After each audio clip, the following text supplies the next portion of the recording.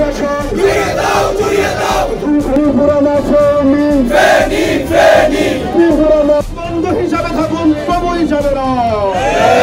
বাঙালি জাতি বাংলাদেশের জনতার সঙ্গে প্রভু হিসাবে দেখতে চায় না। বাংলার জনগণ তোমাদেরকে